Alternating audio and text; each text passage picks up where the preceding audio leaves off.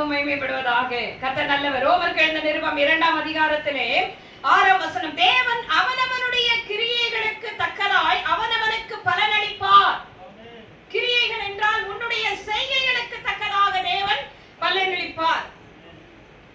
மறுபடியும் நான் சொல்லுகிறேன், அவரவருடைய கிரியைகளுக்கு தக்கதாக தேவன் என்ன பண்ணுகிறாராம்? அவர் பலனளிக்கிற தேவனாய் இருக்கிறார். இதைத்தான் நம்ம வெளிப்படுத்தலின் விசேஷம் 22ஆம் அதிகாரத்திலே 11, 12ஆம் வசனத்திலே பார்ப்போமானால், அநியாயம் செய்கிறவன் இன்னும் அநியாயம் செய்யட்டும், அசுத்தமாய் இருக்கிறவன் இன்னும் அசுத்தமாய் இருக்கட்டும், நீதி உள்ளவன் இன்னும் நீதி செய்யட்டும், பரிசுத்தம் உள்ளவன் இன்னும் பரிசுத்தமாகட்டும், இதோ சீக்கிரமாய் வருகிறேன், அவனவனுடைய கிரியைகளின்படி அவனவனுக்கு நான் அளிக்கும் பலன் யாரோட வருகிறது? என்னோட. தேவன் சொல்லுகிறார், என்னோட கூட வருகிறது. கடைசியாக பரிசுத்தாக நம்ம இஷ்டத்துக்கு ஒப்பு கொடுத்துறார். போ, எப்படின்னா போய் தோலை. நெருப்புல கை வைக்காதன்னா பிள்ளைகள் என்ன பண்ணாது? கேட்காது. அந்த மெழுகுவர்த்தி பக்கத்திலேயே உட்காந்துருக்கோம். பாத்துருக்கீங்களா? இப்போ என்ன பண்ணோம்? அங்க அப்படியே வழிஞ்சு விழுறதெல்லாம் எடுத்துட்டே இருப்போம், கையை வச்சு சொல்லிட்டே இருப்போம், கையை வைக்காத வைக்காதன்னு சொல்லி. ஒரு காலகட்டம் வரும்போது நம்ம என்ன பண்றோம்? சுட்டாதான் உனக்கு தெரியும் விட்டுருவோம். பாத்துங்க, அது மாதிரி தேவனாகிய கர்த்தர் இந்த கடைசி காலங்களில் சொல்லுகிறார், அநியாயத்தை செய் விரும்புகிறியா? செய். உண்மையா இருக்க விரும்புகிறியா? செய். பரிசுத்தமாய் இருக்க விரும்புகிறாயா? செய். உன்னுடைய இஷ்டம் என்னவோ அதை செய். ஆனால் என்னுடைய பலன் எப்படி வருது? உனக்காக வந்து கொண்டு இருக்கிறது. எத்தனை பேர் உள்ள இருக்கிறீங்க? ஒரு அநேகியா சொல்லுங்க. இங்கே ரோமருக்கு எழுந்த நிருபம், இந்த ரோமர்கள் எப்படி இருந்தார்கள் என்றால், மாமிசத்தின் கிரியைகள் அதிகமாய் இருந்தார்கள். பலமுறை அப்போஸ்தலனாகிய பவுல் இந்த ரோம் பட்டணத்துக்கு போக நினைத்தும் அவரால் என்ன பண்ணல? சுவிசேஷம் சொல்லுகிறதுக்கு போக முடியல. கடைசியாக அவர் சிறைப்பிடிக்கப்பட்டவராய் அங்கே போனார், காவல் பண்ணப்பட்டவராய் அங்கே போனார். அங்கே சுவிசேஷம் சொல்றதுக்கு போக முடியல. அதை நீங்க 1ஆம் அதிகாரத்துல வீட்டுல போய் வாசிங்கன்னா தெரியும். பலமுறை உங்களை பார்க்க ஆசையா இருந்தேன், உங்களுக்கு வரங்களை குறித்து சொல்ல ஆசையா இருந்தேன், என்னென்ன காரியங்கள் தேவனை குறித்து இருக்கிறது என்பதை உங்களுக்கு வெளிப்படுத்த ஆசையா இருந்தால் என்னால வர முடியல, அநேக தடைகள் என்று 1ஆம் அதிகாரத்தில் அவர் சொல்லப்பட்டிருக்கிறதை நம்ம பார்க்கிறோம். இங்க மறுபடியும் 2ஆம் அதிகாரத்துல சொல்றாரு, ஆனால் நீ செய்து கொண்டிருக்கிற கிரியைகளுக்கா என்ன இருக்கு? தேவன் பலனளிக்கிறவராக இருக்கிறார். அதைத்தான் நீங்க 7ஆம் வசனம் சொல்லுகிறது, சோர்ந்து போகாமல் என்ன பண்ண? நற்கிரியைகளை செய். நம்ம நல்லது செய்யறோம்னு தெரிஞ்சுட்டா என்ன பண்ணுவாங்க? எல்லாரும் ஓடி வந்து, நல்லா வசதியா இருக்கும் கூட வந்து சொல்லுவான், எனக்கு ரொம்ப வசதியா இல்லைங்க, நான் ரொம்ப கஷ்டப்படுறேங்க. ஏன்? நம்ம கொடுக்குறோம் தெரிஞ்சுட்டா என்ன பண்ணுவா? சொல்லுங்க. நம்ம கொடுக்குறோம், ஒரு உதவி செய்யறோம் அப்படின்னு தெரிஞ்சுட்டா என்ன பண்ணுவாங்க? நம்மளை தேடி வந்து கேட்டுட்டே இருப்பாங்க, நச்சரிச்சுட்டே இருப்பாங்க, இதை செய்யுங்க அதை செய்யுங்க அப்படின்னு. அதுதான் அநேக இடத்துல நான் எதுவுமே கேட்கறதே கிடையாது, பயமா இருக்கும் கேட்கறதுக்கு. கர்த்தர் ஏவனா சொல்லட்டும், இந்த சபையெல்லாம் எழுதுறமா? எழுதுருங்க ரேச்சல் சிஸ்டர், ஆண்டவர் உங்களை இன்னைக்கு 20,000 ரூபாய் காணிக்கை வீட்டில் போட சொன்னார். உடனே ஊழியக்காரர் ஐயா எழுந்துருங்க, 4 டியூப்லைட் இன்னைக்கு நீங்க போட்டே அவன் ஆண்டவர் எனக்கு தரிசனத்துல காமிச்சார், நீங்க என்ன பண்ணுவீங்களோ தெரியாது அப்படின்னு சொன்னா என்ன பண்ண முடியும்? அதெல்லாம் ஒரு மோசமான ஒரு காரியம். ஹல்லேலூயா. கர்த்தர் மேலே நாம் வைக்கிற அந்த அன்பு நம்மை நெருக்கி ஏவி நம்முடைய ஆலயத்துக்காக ஏதாவது செய்யணும். இது கர்த்தர் எனக்கு விடுவிக்கிற ஒரு தேவாலயம், என்னை சுகமாக்குற ஒரு இடம், என்னை சந்திக்கிற ஒரு இடம், கர்த்தர் என்னை பலப்படுத்துகிற ஒரு இடம். அதனால நான் இந்த இடத்துல போய் என்ன பண்ணணும்? என் தேவனுக்காக செய்யணுன்ற அந்த இருதயம் உனக்குள்ளே வரணும். அப்ப இங்க வசனம் சொல்லுது, நீ சோர்ந்து போகாமல் என்ன செய்ய? நற்கிரியைகள், உன் கிரியைகள் எவைகளோ அவைகளை நீ மாற்றாதே. நிறைய பேர் அப்படிதான். முன்னாடி எப்படி இருந்தா தெரியுமா? ஆனா இன்னைக்கு நான் வேற மாதிரி மாறிட்டேன். அல்லேலூயா சொல்லுங்களேன். அல்லேலூயா சொல்லுங்க. பரலோகத்துக்கு அடுத்த உபதேசங்கள் உங்களுக்கு வருமானால் அதை ஏற்றுக்கொள்ளுங்கள். இது எனக்கு தான், ஆண்டவர் எனக்காகத்தான் சொல்லுகிறாரு. நற்கிரியைகளை செய்கிறதிலே நீங்கள் சோர்ந்து போகாதபடி இருந்து மகிமையையும் கனத்தையும் அழியாமையும் தேடுகிறவர்களுக்கு என்ன உண்டு? நித்திய ஜீவன். 2 காரியம் தான். ஒண்ணு உனக்கு நித்திய ஜீவன், இன்னொன்னு மரண ஆக்கினை, கோபாக்கினை. ஆண்டவர் இது 2 தான் வச்சிருக்கிறார். நியாயத்தீர்ப்பின் நாட்கள் உன் கிரியைகளுக்கு ஏற்ற பலன் இந்த 2 தான். நீ நன்மையை செய்வாயானால் நித்திய ஜீவனை நீ சுதந்திரித்துக் கொள்ளுவாய். கேடானவைகள், தேவன் விரும்பாதவைகளை விசுவாசின் கிரியைகளுக்கு ஒப்பு கொடுத்து நீ ஒவ்வொன்றையும் செய்து கொண்டிருப்பாய். ஆனால் உனக்கு தேவனுடைய கோபாக்கினை சாதாரண கோபாக்கினை அல்ல, உக்கிர கோபாக்கினை என்று சொல்லி வேதம் சொல்லப்படுகிறது. நற்கிரியைகளை செய்ய பழகுங்கள், அதற்காகவே நீங்கள் அழைக்கப்பட்டிருக்கிறீர்கள். எபேசியர் 6ஆம் அதிகாரத்தை சீக்கிரமாய் திருப்புங்க. அதுல ஒரு வசனம் இருக்கிறது. எபேசியருக்கு இருந்த நிருபம் 6ஆம் அதிகாரத்தை நாம் திருப்பிக் கொள்வோம். எடுத்தவர்கள் அந்த வசனத்தை ஏற்கனவே வாசித்திருப்பேன், நாங்கள் படிங்க பார்ப்போம். கர்த்தர் நல்லவர். அல்லேலூயா. Praise the lord. தேவ நாமம் மகிமைப்படுவதாக. கலாத்தியர் மன்னிக்கணும், கலாத்தியர் 6ஆம் அதிகாரத்தை எடுத்துக்கொள்வோம். சீக்கிரம் எடுத்து வாசிங்க. Praise the Lord. தேவ நாமம் மகிமைப்படட்டும். வாசிங்க. நன்மை செய்கிறதிலே வசனம் சொல்லுங்க சிஸ்டர். ஆமா, கலாத்தியர் 6:9 வசனத்தை வாசிப்போம். நன்மை செய்கிறதில் சோர்ந்து போகாமல் இருப்போமாக. நன்மை செய்கிறதிலே நம்ம சோர்ந்து போகாது இருப்போமானால், ஏனால் யார் அதை பார்க்கிறவரு? பரலோக தேவன் உன் கிரியைகளை பார்த்து கொண்டிருக்கிறார். நன்மை செய்கிறதில் சோர்ந்து போகாமல் இருப்போமாக. நாம் தளர்ந்து போகாது இருந்தால் ஏற்ற காலத்தில் என்ன பண்ணுவோம்? அவைகளை அறுப்போம். ஏற்ற காலங்களில் அவைகளை நாம் அறுப்போம். தேவன் அதை தான் சொல்லுகிறார். ஆனால் 8ஆம் வசனம் சொல்லுது, தன் மாம்சத்துக்கென்று விதைக்கிறவன் என்ன பண்ணுவான்? மாம்சத்தினால் அழிவை அறுப்பான். ஆமா, மாம்சத்தினாலே அழிவை அறுப்பான். தனக்கு இருக்கிற அந்த கோபம், மற்றவர்களை குறித்த அந்த எரிச்சல், பொறாமையின் காரியங்கள், வீட்டுல இன்னைக்கு எவ்வளவு சண்டைகள் வருகிறது, எத்தனை போராட்டங்கள் இன்னைக்கு ஏண்டா வாழறோன்ற அளவுக்கு பிசாசானவன் அநேக போராட்டங்களை கொண்டு வருகிறார். தேவனுடைய பிள்ளைகளுடைய வீட்டுலதான் சத்தம், சண்டை சத்தம். கர்த்தரை ஆராதிக்கிற பிள்ளைகளுடைய வீட்டுலதான் அநேக போராட்டங்கள், மனஸ்தாபங்கள், விட்டு கொடுக்காத காரியங்கள். இன்னைக்கு சத்துருவானவன் பரலோக ராஜ்யத்துக்குள்ளே தேவனுடைய பிள்ளைகள் போகக்கூடாது என்பதற்காக என்ன பண்றான்? அதிகமான போராட்டத்தை உண்டாக்குகிறான். பிள்ளைகள் கீழ்ப்படுகிறது கிடையாது. பெற்றோர்கள் சொல்லுகிறதுக்கு செவி கொடுக்காம இருக்கிறது. கணவன் மனைவிக்குள்ள போராட்டம், கணவன் தன் சாணத்தை இழந்து போகிறது, மனைவி தன் சாணத்தை இழந்து போகிறது, பிள்ளைகளை தங்கள் இஷ்டவழிக்க விட்டு வளர்க்கிறது, சினிமா பாட்டை போட்டு டான்ஸ் ஆட வைக்கிறது, ஆண்டவர் பார்வைக்கு அருவருப்பான காரியங்களை செய்கிறது. எனக்கு யார் பிடிக்கல அவங்க கிட்ட நீயும் பேசக்கூடாது. இதெல்லாம் தேவன் அருவருக்கத்தக்கதான காரியங்கள். யாரிடத்துல இது சம்பவிக்கிறது? தேவனுடைய பிள்ளைகளிடத்தில் இது சம்பவிக்கிறது. மாம்சத்தின்படிக்கு விதைக்கிறவர்கள் மாம்சத்தினால் அழிவை அறுப்பார்கள் என்று சொல்லப்பட்டிருக்கிறது. பிள்ளைகளுக்குள்ள என்ன பண்றாங்க? விதைகளை போடுறாங்க. இந்த மாதிரி பேசக்கூடாது, யார்கிட்ட பேசாத, அவங்கள பார்த்தாலே எனக்கு பிடிக்கல, பேசாத அப்படின்னு சொல்லும்போது அந்த விதையை நம்ம போட்டோம். அந்த பிள்ளைகளுடைய அந்த விதை நாளடைவில் அந்த மரமாய் வளர்ந்து இந்த பிள்ளைகள் பயங்கரமா என்ன பண்ணுவாங்க? கோபப்படுகிறவர்களாய், எரிச்சல் அடைகிறவர்களாய், ஒரு சமாதானம் இல்லாத பிள்ளைகளா. ஆண்டவர் இன்னைக்கு ஒரு சுதந்திரமாய் உன் பிள்ளைகளை கொடுத்திருக்கிறார். இன்னைக்கு எப்படி வளர்க்குறீங்க நீங்க பிள்ளைகளை? மாம்சத்தின்படிக்கு நீங்க விதைப்பீர்களானால் அந்த அழிவு பயங்கரமான ஒரு அழிவாய் இருக்கும். ஆனால் ஆவிக்கென்று விதைக்கிறவன் ஆவியினாலே நித்திய ஜீவனை அறுப்பான். ஆண்டவர் ஆபிரகாமை பார்த்து சொல்லுகிறார், நிச்சயமாய் இவனுடைய சந்ததியினிடத்திலே என் நாமத்தை அவன் கண்டிப்பா சொல்லுவான். நான் அவனை அழைத்து வந்த வழிகளையும் நான் அவனை வழிநடத்தின எல்லா காரியங்களும் ஆபிரகாம் நிச்சயமாய் தன்னுடைய சந்ததியினிடத்திலே சொல்லுவான் என்று ஆண்டவர் அவனை நம்பினார். அவன் செய்தானா இல்லையா? சொல்லுங்க. ஈசாக்கு ஆபிரகாமை பார்த்து வளர்ந்து கொண்டே இருக்கிறான். எப்படி ஆபிரகாம் தேவனை மகிமைப்படுத்துகிறாரு, எப்படி செய்கிறார், அதை பார்த்துதான் அவன் போகும் இடமெல்லாம் என்ன பண்ணா? ஈசாக்கோ தேவனுக்கு பலிபீடம் கட்டி தொழுது கொண்டான் என்று சொல்லி வேதம் சொல்லப்படுகிறது. இன்னைக்கு மாம்சத்தினுடைய விதைகள் ஆண்டவர் இரண்டே காரியத்தை தான் வைத்திருக்கிறார். ஒன்று நித்திய ஜீவனை அறுக்கும்படி, இன்னொன்று அவருடைய கோவாக்கையிலே போய் சேரும்படி. அருமையான தேவனுடைய பிள்ளைகளே, ரோமர்கள் நிருபங்களை நீங்கள் எடுத்து வாசிப்பீர்களானால் அந்த 8ஆம் அதிகாரத்தில் அவ்வளவு காரியங்களை ஆண்டவர் சொல்லி இருக்கிறார். 8ஆம் அதிகாரத்தை திருப்பிக் கொள்ளுங்கள். Price the Lord. தேவநாமம் மகிமைப்படுவதாக. ரோமருக்கு எழுதின நிருபம் 8ஆம் அதிகாரத்திலே 2ஆம் வசனத்திலிருந்து யாராவது வாசிங்க.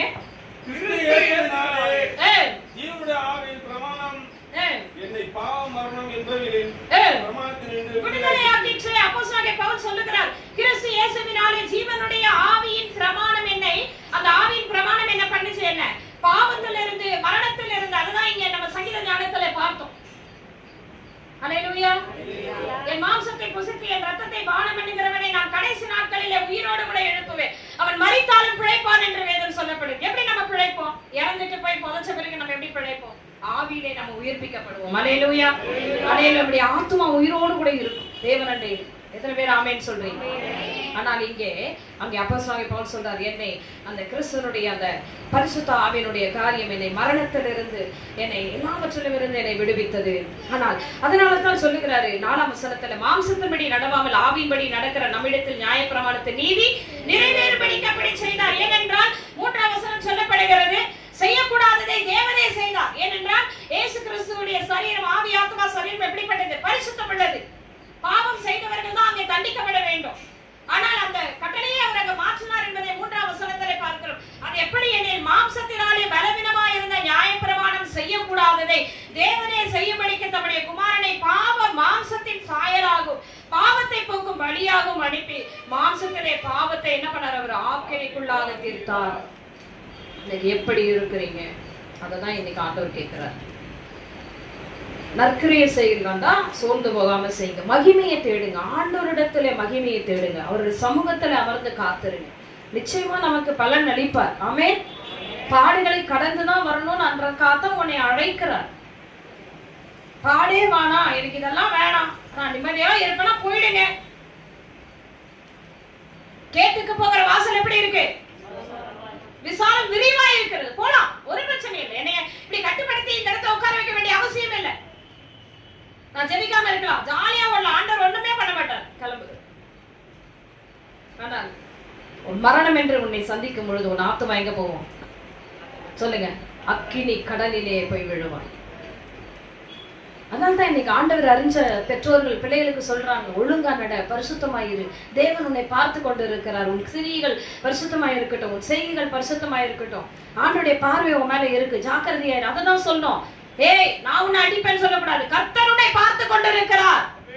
தேவனுடைய கண்ணு உன்னை பார்த்துட்டு இருக்கு. நீ என் கூட பேசுறியா? கர்த்தர் உன்னை பார்த்து கொண்டு இருக்கிறார். தாய் தகப்பனை மதியாதபடி இருக்கிற நிறைய பிள்ளைங்க தகப்பனை நேசிக்கிறது கிடையாது. எப்படி பேசுறாங்க? நீ இறந்து போயிடு, நீ எல்லாம் எதுக்கு உயிரோடு இருக்க? பேசவே கூடாது. கர்த்தர் அருள் இருக்கிறார்.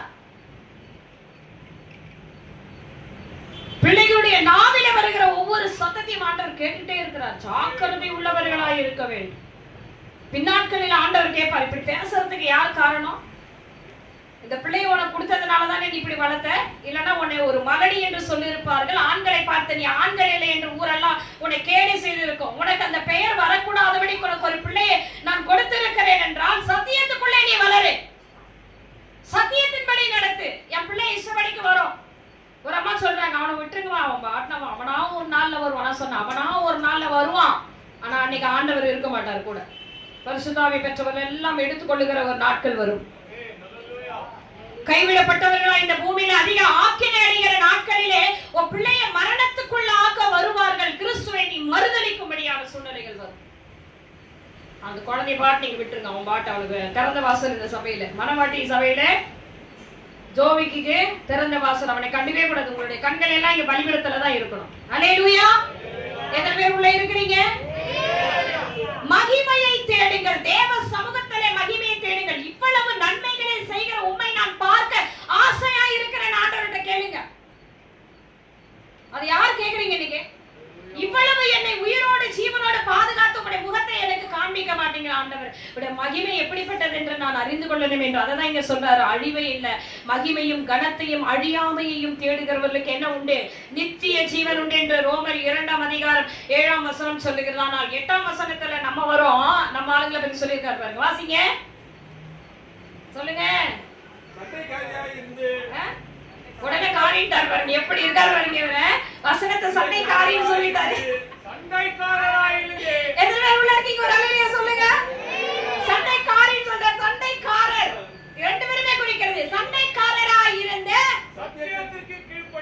சத்தியத்திற்கு கீழ்ப்படியாமல் அநியாயத்திற்கு கீழ்ப்படியாதவர்களுக்கு உக்கிர கோபத்திலே வரும். முதல் இதுலயே நம்ம அவுட் ஆயிடுறோம். இப்பதான் சுட சுட சண்டை போட்டு இப்ப ஆலயத்துல வந்து உட்கார்ந்து இருக்கிறோம். வீட்டுக்கு போய் அதை மறுபடியும் கண்டினியூ பண்ணணும். எத்தனை பேர் உள்ள இருக்கிறீங்க? ஏன்னா அல்லேலூயா வரவே மாட்டேது. நிறைய பேர் என்ன பண்ணாங்க, சரி சரி போ சபைக்கு போ, சாயந்தரம் வருவோம், மத்தியானம் வருவோம் இல்ல சாப்பிட்றதுக்கு. நேத்து நடந்தது, முன்னாடி நடந்தது, பல வருஷத்துக்கு முன்னாடி நடந்தது எல்லாத்தையும் நம்ம ஸ்டோர் பண்ணி என்ன பண்ணுவோம்? அப்படியே ரீவைண்ட் பண்ணி அடி அடி நடிப்போம். ஆண்டவர் பார்த்துட்டே இருவோம். நல்ல அடி மகளே, நல்ல அடி. உன் ஜீவனை நீ இழந்து கொண்டு இருக்கிறாய். நித்திய ஜீவனை நீ இழந்து கொண்டு இருக்கிறாய். பேசட்டும், மனரமியத்தோட நடத்த விட்டு கடந்து போங்க. எத்தனை பேர் ஆமேன்னு சொல்றீங்க? நிறைய இடங்கள எச்சல் அப்பதான் கோபமா இருக்கணும். வாயை திறக்கவே மாட்டேன். எனக்கு பிடிக்காதவர் கேட்டானா பதில் சொல்லவே மாட்டேன். ஏன்னா பதில் சொன்னா என்ன ஆகும்? ஊமை மாதிரி இருக்கு, ஏதாவது பேசுவாரு. இல்ல எனக்கு பிடிக்கல, அதனால நான் அமைதியா இருக்கேன். அதுதான் நல்லது. ஏன் தெரியுமா? நான் பேச என்ன ஆகுங்க சொல்லுங்க, முடிஞ்சிடும். நீங்க எத்தனைய சலங்கள் இப்படி நடக்கிறது. ஆனாலும் ஒரு டெம்பர் இருக்கு பாருங்க. நம்மளால முடியாம பேச முடியாம போற ஒரு லெவல் இருக்கு பாருங்க. ஜாக்கிரதை உள்ளவர்களாயிருங்க. கோபாக்கினைக்கு உள்ள போயிட்டு இருக்கிறோன்றதுக்கு அடையாளம் அதுதான் சொல்ற. சண்டைக்காரராயிருந்து சத்தியம் சொல்லுகிற வசனத்துக்கு கீழ்ப்படியாதபடிக்கு, சத்தியத்திற்கு கீழ்ப்படியாதபடிக்கு, அநியாயத்திற்கு கீழ்ப்படி. எதற்கு அநியாயம்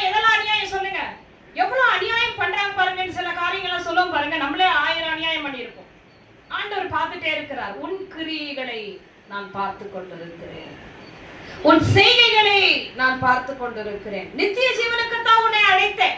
வசனத்தை வாசிங்க பாப்போம். 1 தெசலோனிக்கேயர் 5ஆம் அதிகாரம் 9ஆம் வசனத்தை சீக்கிரமாய் வாசிங்க, முடிக்கலாம். இன்னும் ஒரு 5 நிமிஷத்துல நான் முடிச்சிருவேன். 12:30 மணிக்கு சரியாக. சீக்கிரம் வாசிங்க. 1 தெசலோனிக்கேயர் 5ஆம் அதிகாரம் 9ஆம் வசனம். தேவன் நம்மை எதற்காக நியமிக்கல? அதற்காக உன்னை நியமிக்கல. கோபாக்கிற்கென்று நியமிக்காமல் நம்முடைய கர்த்தராகிய இயேசு கிறிஸ்துவின் மூலமாய் ரட்சிப்பு அடைவதற்கென்று நம்மை, அதான் நம்ம ரட்சிப்பின் சந்தோஷத்தை குறித்து பார்த்தோம் பாருங்க. நீ ரட்சிக்கப்பட வேண்டும், நீ பரலோகத்துக்குரியவளாய் மாற வேண்டும். உன்னை கஷ்டப்படுத்துறவர் தான் வார்த்தைகள் வரும், உன்னை காயப்படுத்துகிற வார்த்தைகள், உன் ஆவியை நீ இழந்து போகும்படியான சூழ்நிலைகளை சத்துரு கொண்டு வருவான். கணவன் மனைவி சண்டை போடாம பிசாசு அங்க பிரேக் டான்ஸ் ஆடிட்டு இருப்பான். போடு போடு போடு, இதா வேணும், நீ பேசு, நீ தான் நல்லா ஜெபம் பண்ற, நீ பேசு. நல்லா ஜெபிக்கிறவங்களா வாயை திறக்க வைப்பான். எப்படி? ஜெபிக்காம இருக்கவங்கள இல்ல, ஊழியம் செய்கிற, ஜெபிக்கிற, தேவனை நேசிக்கிற வாயை திறந்து பேசு, நல்லா பேசு. அங்கேயே தான் நிப்பான் பிசாசு. முடிச்சு 2 பேரும் அப்படி கட்டாயி அப்படி முகத்திலேயே நான் முழிக்க மாட்டேன், நீ உன் வாயில எப்ப வருதோ அப்பதான் சாத்தா அந்த இடத்த விட்டு போவோம். ஆண்டவர் வேதனையோடு பார்ப்பார். ஐயோ, என் பிள்ளைகளுடைய உடன்படிக்கை அங்கே உடைக்கப்படுகிறது, அங்கே பிரமாணம் உடைக்கப்படுகிறது, என் பிள்ளைகள் நித்திய ஜீவனை இழக்கிறார்களே. பரிசுத்த ஆவியானவர் விசனப்படுவார். நம்ம சத்தியம் தெரியும், ஆனால் நம்ம அந்த சூழ்நிலைகள் என்னவா மாறிடுவோம். நம்மளால அது அதான் அந்த காயம், அவ்வளவு உணர்வுகளை தேவன் நமக்கு கொடுத்திருக்கிறார். யாராவது பேச நம்ம என்ன பண்றோம்? அந்த வேதனையினுடைய உணர்வுகளை நம்ம வெளிப்படுத்துகிறோம். அதுதான் பரிசுத்த ஆவியானவர் சொல்லுகிறார், ஏன் கையில கொடுக்கிறேன், நீ எதையுமே யோசிக்க கூடாது, அந்த உணர்வுகளோ அந்த வேதனைகளோ நீ படக்கூடாது, எல்லாவற்றையும் என்கிட்ட ஒப்பு கொடுத்துரு, நான் உனக்காக நியாயம் செய்வேன். அது கணவனாய் இருந்தாலும் மனைவியாய் இருந்தாலும் சரி, நான் உனக்காக வழக்காடுவேன். உன் தகப்பனாய் இருந்தாலும் சரி, நான் உனக்காக வழக்காடுவேன். எத்தனை பேர் உள்ள இருக்கீங்க? ஒரு அலையிலேயே சொல்லுங்க. நீ நித்திய ஜீவனை பெற்றுக்கொள்ளும். கரங்களை பிடிச்சு சொல்லுங்க பக்கத்துல, நித்திய ஜீவனை பெற்றுக்கொள்ளும்படி உன்னை தேவன் அழைத்து இருக்கிறார். நல்ல சந்தோஷமா சொல்லுங்க. ஆமா, நித்திய ஜீவன், நம்முடைய ஆத்மாவுக்கு அழிவே இல்லாத ஒரு காரியங்களை தேவன் அழைத்து இருக்கிறார். இப்பொழுது மரணம் சம்பவிக்குமானாலும் கூட கர்த்தர் தம்முடைய வருகையிலே என்னை உயிரோடு கூட எழுப்புவார். ஆமேன் சொல்லுகிறார். ஆமேன் சொல்லுகிறார். அப்ப நீங்க யாரு? நித்திய ஜீவனை சுதந்திரிக்க அழைக்கப்பட்டவங்க. எல்லாரும் முழங்கால் படியிடுவோம். மாம்ச கிரியைகளுக்கு நாம் எதிர்த்து நிற்போம். எப்பவுமே ஆவியும் மாம்சமும் போராடிட்டே இருக்கும். இந்த கடைசி காலத்துல ஒரே ஒரு காரியம்தான், அவனுடைய கிரியைகளுக்கேற்ற பலனை அவர் கொடுக்கும்படி அவர் நம்மிடத்திலே அவர் வெளிப்பட்டு கொண்டிருக்கிறார். பிரியமானவர்களே, சோர்ந்து போகாமல் நற்கிரியைகளை செய்யுங்க. தேவனுடைய மகிமையை தேடுங்க, கனத்தையும் அழியாமையும் தேடுங்க. அப்பொழுது நித்திய ஜீவன் உண்டு. சண்டை வேண்டாம். நம்முடைய தலை சத்தியத்திற்கு கீழ்ப்படியாதபடி இருக்கக்கூடாது. பிரியமானவர்கள், எல்லாரும் முழங்கால் படியிடுவோம். சர்வலோக நியாயாதிபதி, சீக்கிரமாய், நேரம் இல்லை நமக்கு. பரிசுத்த ஆவியானவரே உம்மை துதிக்கிறோம் ஐயா. வார்த்தை அனுப்பி குணமாக்கி அழிவுக்கு தப்புவிக்கிற எங்கள் தேவனாகிய கர்த்தர், எங்கள் குற்ற குறைகளை எங்கள் மீறுதல்களை மன்னிங்கப்பா. இன்னைக்கு சங்கீதத்துல சொல்லப்பட்ட பிரகாரமாய் நோய் பலவீனம் பாடுகிற இவைகள் எல்லாம் எங்களுடைய கிரியைகளுக்கு ஏற்ற பலன் நீதிமானுக்கு பூமியிலே சரி கட்டப்படும் என்ற வார்த்தை படிக்கும் நாட்களில் நாங்கள் படுகிற இந்த வேதனைகள் எல்லாம் எங்களுக்கு சரிப்பட்டு கட்டிருக்கிறதப்பா. அதை நீங்க ஆண்டவரை சரி கட்டி கொண்டிருக்கிறீங்க ஆண்டவரே. ஓ, ஆவிக்குரியவன் சகலத்தை நிதானித்து பார்க்கிறான் என்று வேதம் சொல்லப்படுகிறது ஆண்டவரே. வந்திருக்க ஒவ்வொரு பிள்ளைகளுடைய கர்த்தருடைய கரம் இருக்கட்டும். எல்லாரும் சொல்லுங்க, ஆண்டவருடைய சமூகத்துல சொல்லுங்க, பரிசுத்த ஆவியானவரே என்னை நடத்துங்கப்பா. உங்க சத்தத்தை கேட்டு உங்க சத்தத்துக்கு செவி கொடுக்கிறவளா என்னை நடத்துங்க. என்ன ஒப்பு கொடுங்க, சத்தத்தை உயர்த்தி ஜெபிப்போம். பாருங்க, எங்க ஒப்பு கொடுக்குறீங்களா? பாத்தீங்களா எப்படி ஆண்டவர் உங்கள் வாழ்க்கையில கிரியை செய்வார். தேவனுடைய மகிமை நீங்கள் எப்படி பெற்றுக்கொள்ள முடியும்? எத்தனை பேர் கர்த்தருடைய மகிமை பெற்றுக்கொள்ள இதோ ஆயத்தமா இருக்கிறீர்கள்? ஓ, thank you Holy Spirit. ஓ, ரிவல தரமன சந்தரவல வரியா கரவலவா. கர்த்தருடைய மகிமை ஓ நமத்திலே இறங்கி வந்திருக்கிறது. ஹalleluya. எல்லாரும் ஆண்டவருடைய மகிமை பெற்றுக்கொள்ள ஆயத்தமா இருக்கிறீர்களா? எத்தனை பேர் கர்த்தருடைய மகிமை பெற்றுக்கொள்ள ஆயத்தமா இருக்கிறீங்க? பரிசுத்த ஆவியிலே என்னை நடத்துங்கப்பா. பரிசுத்த ஆவியிலே என்னை நடத்துங்க ஆண்டவரே. இந்த மகிமை என்னை மூடட்டும், என் சபையை மூடட்டும், இந்த இடத்தை மூடட்டும், இந்த இடத்தை மூடட்டும். அப்பாவை துதிக்கிறோம். ரிவரதரமன சந்தரவரவரியா கரவலவா. கர்த்தருடைய ஆவியானவரே, ஹalleluya, ஹalleluya, ஹalleluya.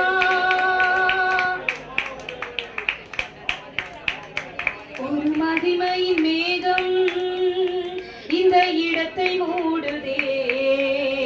ஒரு மகிமையின் மேகம் என் ஜனத்தை மூடுதே.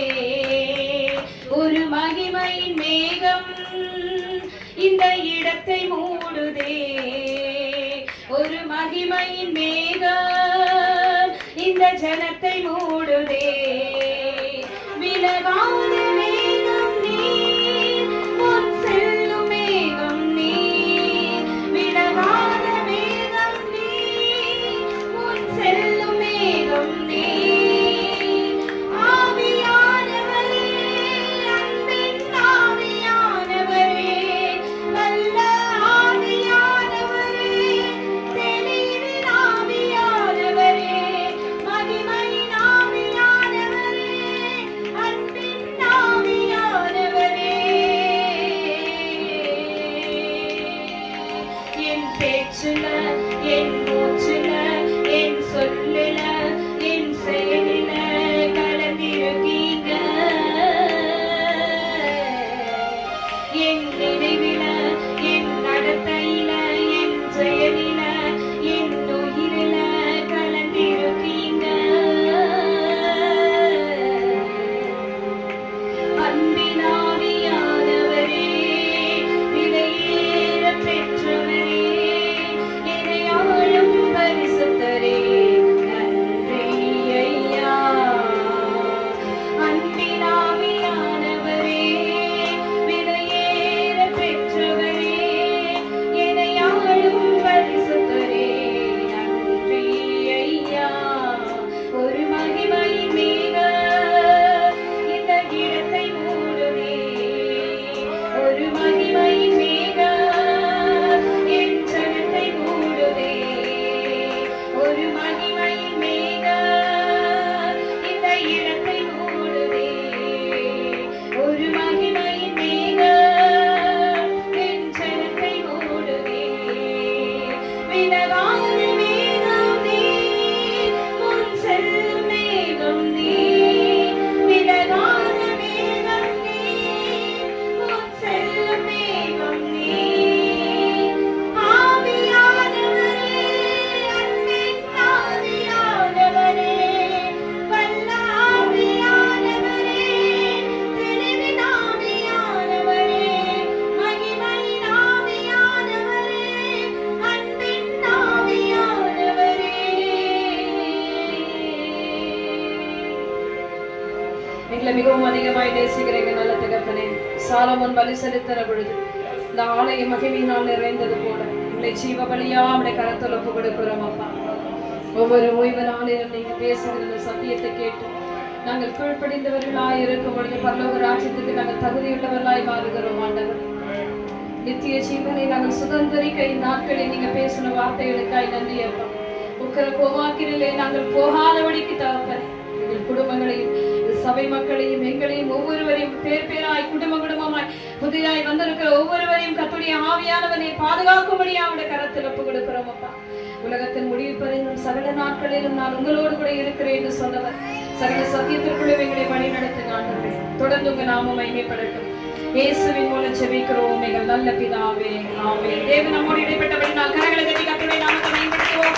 உற்சாகமாய் கரங்களை தட்டி ஆமென், ஆமென், ஆமென். praise the Lord. கர்த்தருக்கு நாம் காணிக்கை வைக்க எழுந்திருப்போம். நேரமில்லை. நம்ம தேர்ந்தெடுக்கிற நிகழ்ச்சியால் ஒரு பாடலை பாடி சரி பாருங்க.